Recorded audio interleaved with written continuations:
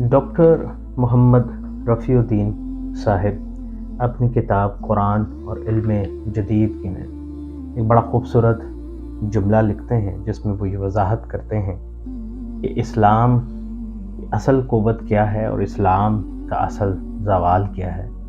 Line سنیے گا۔ اس دور میں اسلام سوسائٹی کی زندگی کو بنانے اور ڈھالنے والی ایک قوت کی حیثیت سے بے اثر ہو کر رہ گیا ہے، اور اسلام کی گاڑی ایک مقام پر آ کر ٹھہر گئی ہے، گویا آگے جانے کے لیے نہ کوئی راستہ ہے اور نہ منزل۔